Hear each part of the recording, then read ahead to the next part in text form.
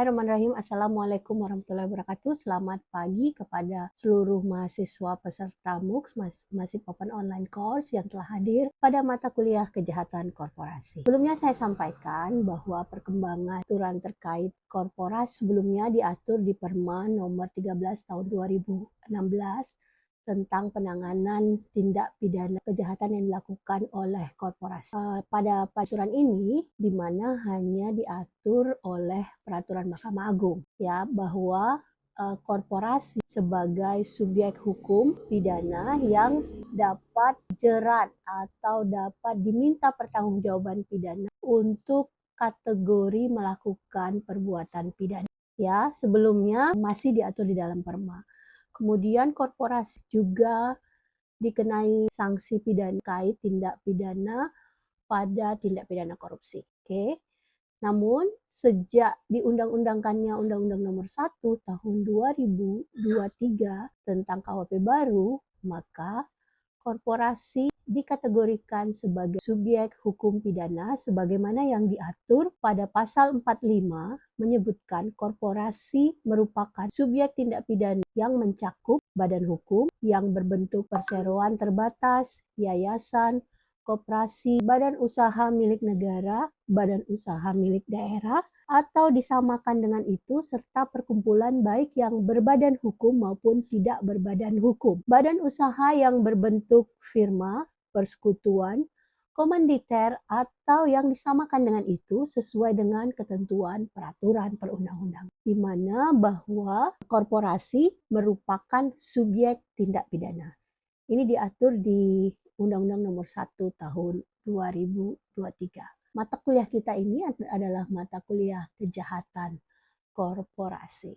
Baik, dari konteks ini, ya, kalau sebelum diundangkannya Undang-Undang Nomor 1 tersebut, kategori subjek tindak pidana yang diatur di luar KUHP, yakni Undang-Undang Korupsi, kemudian Perma nomor 13 tahun 2016. Di sini hukum pidana khusus adanya selain orang perseorangan juga korporasi sebagai pembuat delik. Kemudian pertanggungjawaban korporasi sebagaimana yang diatur di pasal 45 sampai dengan pasal 50 KUHP baru menyebutkan subjek tindak pidana tadi sudah saya sampaikan, bisa yang berbadan hukum dan bisa yang bukan badan hukum.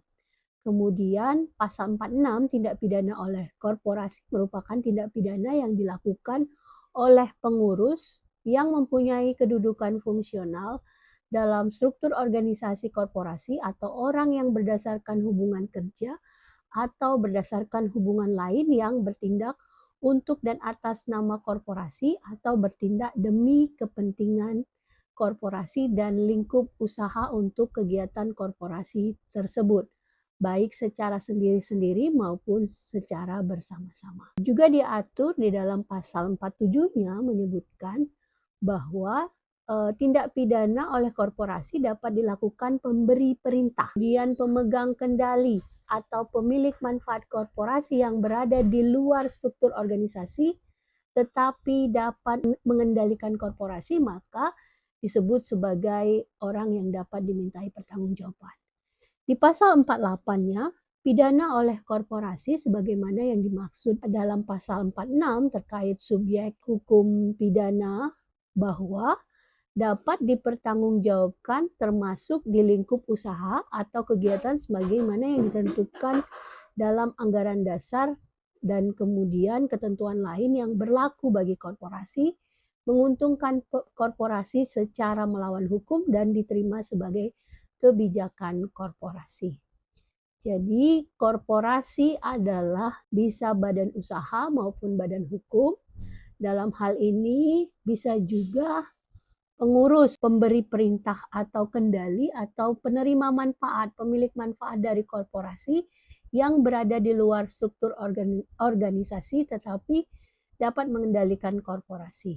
Dan kemudian sebagaimana ditentukan dalam anggaran dasar bagi korporasi menguntungkan korporasi secara melawan hukum dan diterima sebagai kebijakan korporasi. Jadi kalau perintah atasan, perintah pengurus, perintah pemilik korporasi, maka